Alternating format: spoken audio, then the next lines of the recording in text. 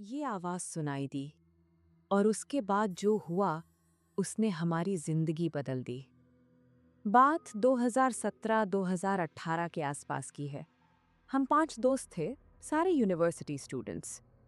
एक दिन ऐसा हुआ कि सर्दियों की रात थी। हम चाय के ढाबे पे बैठे थे। रात के करीब 12:30 बजे होंगे।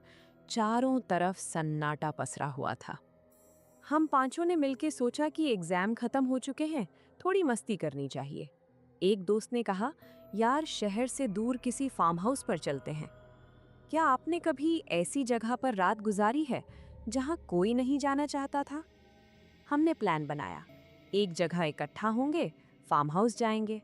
हफ्ते भर में सब कुछ फिक्स हो गया।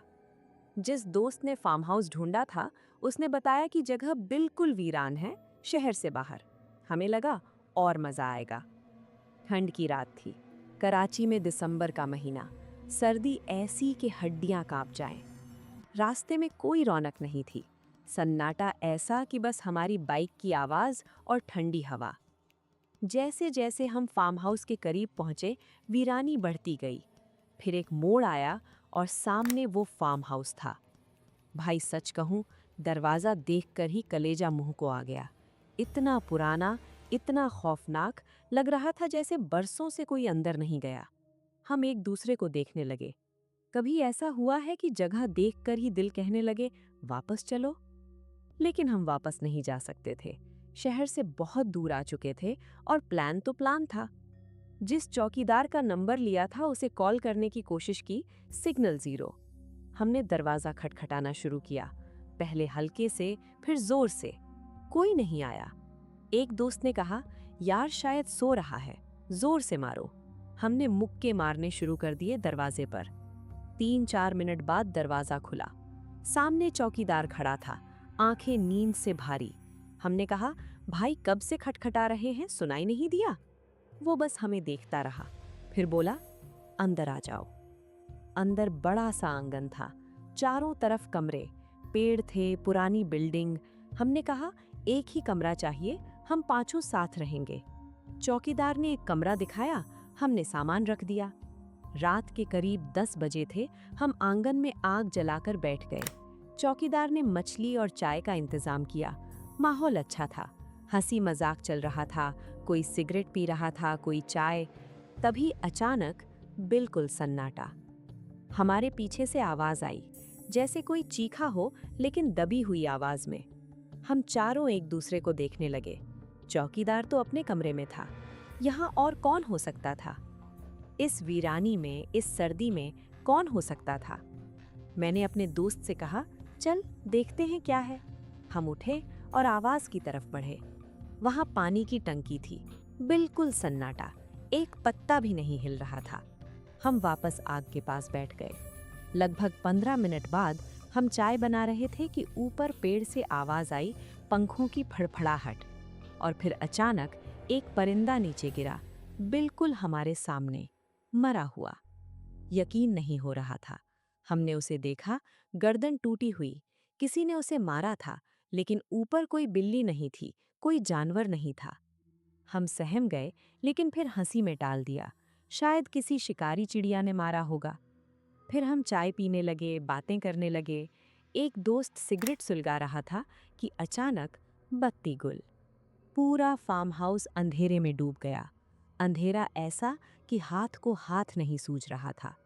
जनरेटर था, लेकिन उसमें खराबी आ गई। हम चौकीदार के पास गए। उसने कहा, तकनीकी खराबी है, ठीक करता हूँ, तब तक तुम लोग कमरे में चले जाओ। अंधेरे में अकेले कमरे में जाना, क्या ये सही फैसला था? हम कमरे में चले गए। वहाँ 2 बड़े बेड थे। हम लेट गए, बातें कर रहे थे। करीब 20-25 मिनट हुए होंगे कि मेरी आंख लग गई। नींद में था कि अचानक पसीने से तरबतर होकर उठा। सर्दी में पसीना? मैं उठा और पानी पीने के लिए उठा। तभी पीछे वाली खिड़की से आवाज आई, सरसराहट। मैंने पर्दा हटाकर देखा और जो देखा उसने मेरी रूह कब्ज कर ली। एक औरत, लेकिन सामान्य औरत नहीं, करीब 8-9 फीट लंबी। उसका चेहरा बिल्कुल काला था, आंखें लाल, नाक नाक तो थी ही नहीं, जैसे कोई गड्ढा हो। वो खिड़की से घूर रही थी, सीधे मुझे। मैं चीखना चाहता था, लेकिन आवाज नहीं निकली। मुंह खुला, आवाज बंद। मैंने अपने दोस्तों को झिंझोड़ा, उन्हें उठाया। मैंने कहा, भागो यहाँ से, कुछ गलत है। हम चौकीदार के पास भागे। वो जनरेटर ठीक कर रहा था। हमने कहा, भाई, यहाँ कुछ और है। उसने हमें देखा, फिर कहा, तुम लोग कमरे में जाओ, मैं आता हूँ। तभी बाथरूम के दरवाजे पर जोरदार दस्तक हुई। कोई अंदर था? हम सब कमरे में थे।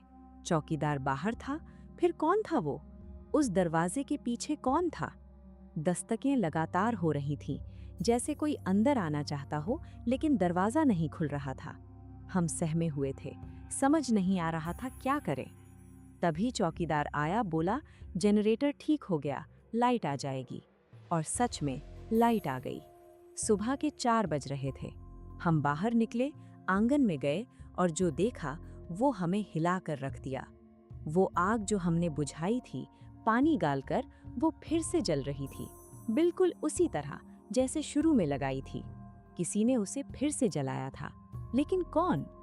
हमने चौकीदार को बुलाया, उसे सब बताया, परिंदा, औरत, आग, दस्तकें। पहले तो उसने कहा, कुछ नहीं, तुम्हारा वहम है। लेकिन जब हमने जिद की तो उसकी आंखों में डर दिखा। उसने कहा, ठीक है, सुनो। कुछ साल पहले यहाँ एक औरत रहती थी। फार्म हाउस मालिक की बहू थी। एक दिन वो स्विमिंग पूल में डूब गई, मर गई। उसके बाद से यहाँ चीजें होती हैं।